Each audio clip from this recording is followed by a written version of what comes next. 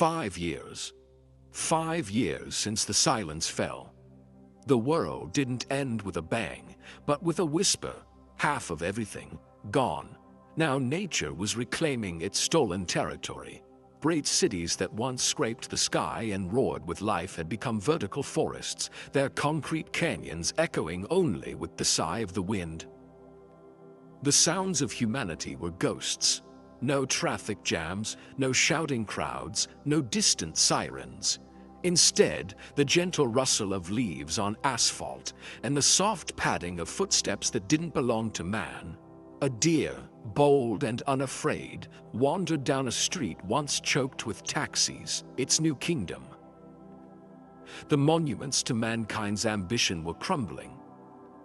Steel and glass, once symbols of power, were surrendering to moss and vine.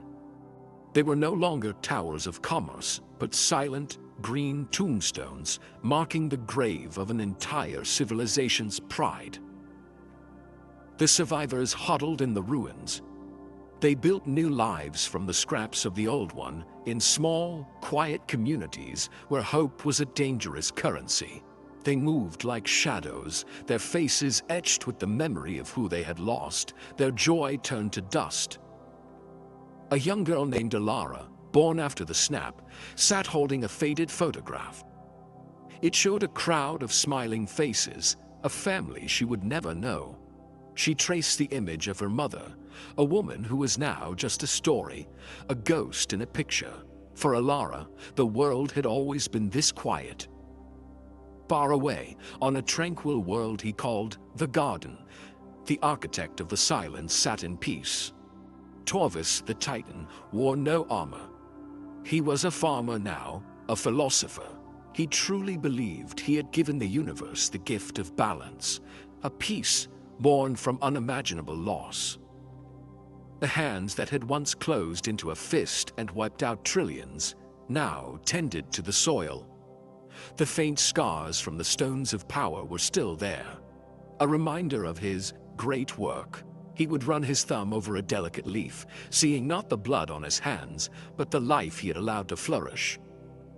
Sometimes he would look upon the worlds he had saved. A hologram of Earth would shimmer before him, a quiet green marble. He saw no suffering in its silence. He saw a planet healing from the fever of overpopulation. He saw his victory, and he called it peace. Back on Earth, the symbols of the old heroes were buried and forgotten. The great A that had once meant hope was now just a piece of scrap metal, a relic of an age of miracles that had ended in failure. Hope was a rust-covered memory. Grant was one of the few who remembered that age. The shield was long gone, but its weight remained on his soul. He stood before a wall of names, a monument to his failure. Each name was a ghost that haunted his waking moments, a testament to the world he could not save. For the rest, life was a hunt. They scavenged in the hollowed-out husks of supermarkets, where the ghosts of plenty still lingered on empty shelves. Every shadow was a threat, every distant noise a potential danger. They were the lonely inheritors of a silent Earth. Brant knelt in the ruins of an old base, his hope as broken as the concrete around him. His hand brushed against something in the dirt. A small alien device, dark and dead. As his fingers closed around it, it flickered. A single, faint pulse of light, a signal, a tiny, impossible spark against the crushing silence. The signal was a ghost, a whisper in the static, but for Grant it was a resurrection. For 5 years he had been a phantom haunted by the ghosts of the fallen. Now he was a hunter. He moved through the skeletal remains of cities, the faint, rhythmic pulse of the alien device his only guide, his heart beating in time with its impossible promise. The signal led him to a fortress of scrap and wire, a nest of ingenuity in the heart of the decay. Inside, a creature of fur and fury worked, his small hands a blur of motion. Rocket had survived on bitterness and brilliance, his grief a shield, his mind a weapon. He trusted no one. The universe had taken everything. He owed it nothing. The meeting was a clash of two solitudes. Grant, the soldier who had lost his army, and Rocket, the outlaw who had lost his family. "I'm not looking for a fight," Grant said, his voice raspy from disuse. "I'm looking for soldiers." Rocket didn't look up from his work. "The war's over, old man. We lost." Their search for the next signal led them to a place of profound quiet, a secluded valley where the world's scream had faded to a murmur. Here, Bruce Banner had found a fragile truce with the monster within. He lived in a simple hut, surrounded by books and the quiet wisdom of the trees, the green rage a sleeping giant in his soul. "We need you," Grant said, his words cutting through the valley's peace. Bruce looked at them, his eyes holding the deep, weary sadness of a man who had seen the end of all things. "The Hulk is a weapon of mass destruction. The world doesn't need any more of those." Grant stepped closer. "We're not asking for the weapon, we're asking for the man." In the ruins of a forgotten laboratory, the last Avengers held their first council. A map flickered on a salvaged screen, a single point of light in a sea of darkness. "He calls it the Garden," Rocket muttered, his fingers flying across a keyboard. "Some retirement planet. He's a farmer now." Grant's jaw tightened. "Then we'll pay him a visit. Let him see the harvest he's sown."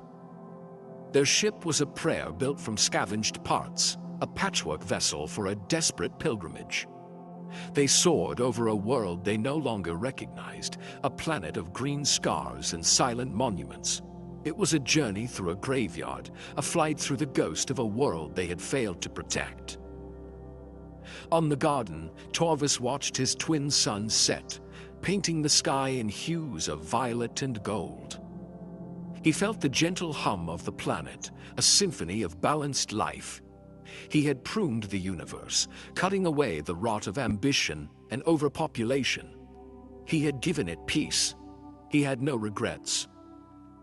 The hero's ship landed softly on the alien soil, an ugly metal scar on a perfect landscape. The air was sweet, the silence profound. In the distance they saw him, a lone figure moving through fields of iridescent crops. He was no longer a warlord. He was a gardener, tending to his creation. Grant walked toward him, the weight of 5 billion ghosts on his shoulders. Torvis turned, his eyes holding no surprise, only a placid curiosity. "You have come a long way to die," he said, his voice as calm as the evening air. Grant stopped before him, the small mortal man before the Titan. "We came to show you the peace you created." Grant spoke of the silence of the hollowed-out cities and the haunted survivors. He spoke of Alara, the girl born into a broken world. Bruce and Rocket stood back, their hands ready, watching the Titan's face for any sign of remorse, any crack in his divine certainty. They found none. Torvis listened, his expression unchanging. "It is the peace of a surgeon's blade," he said, his voice resonating with unshakable conviction. "It is a healing pain." He looked past Grant, at the universe he had saved. Then, he looked down at the heroes, the last remnants of a fever he had cured. He slowly raised his hand, the faint scars of the stones glowing with a soft, terrible light.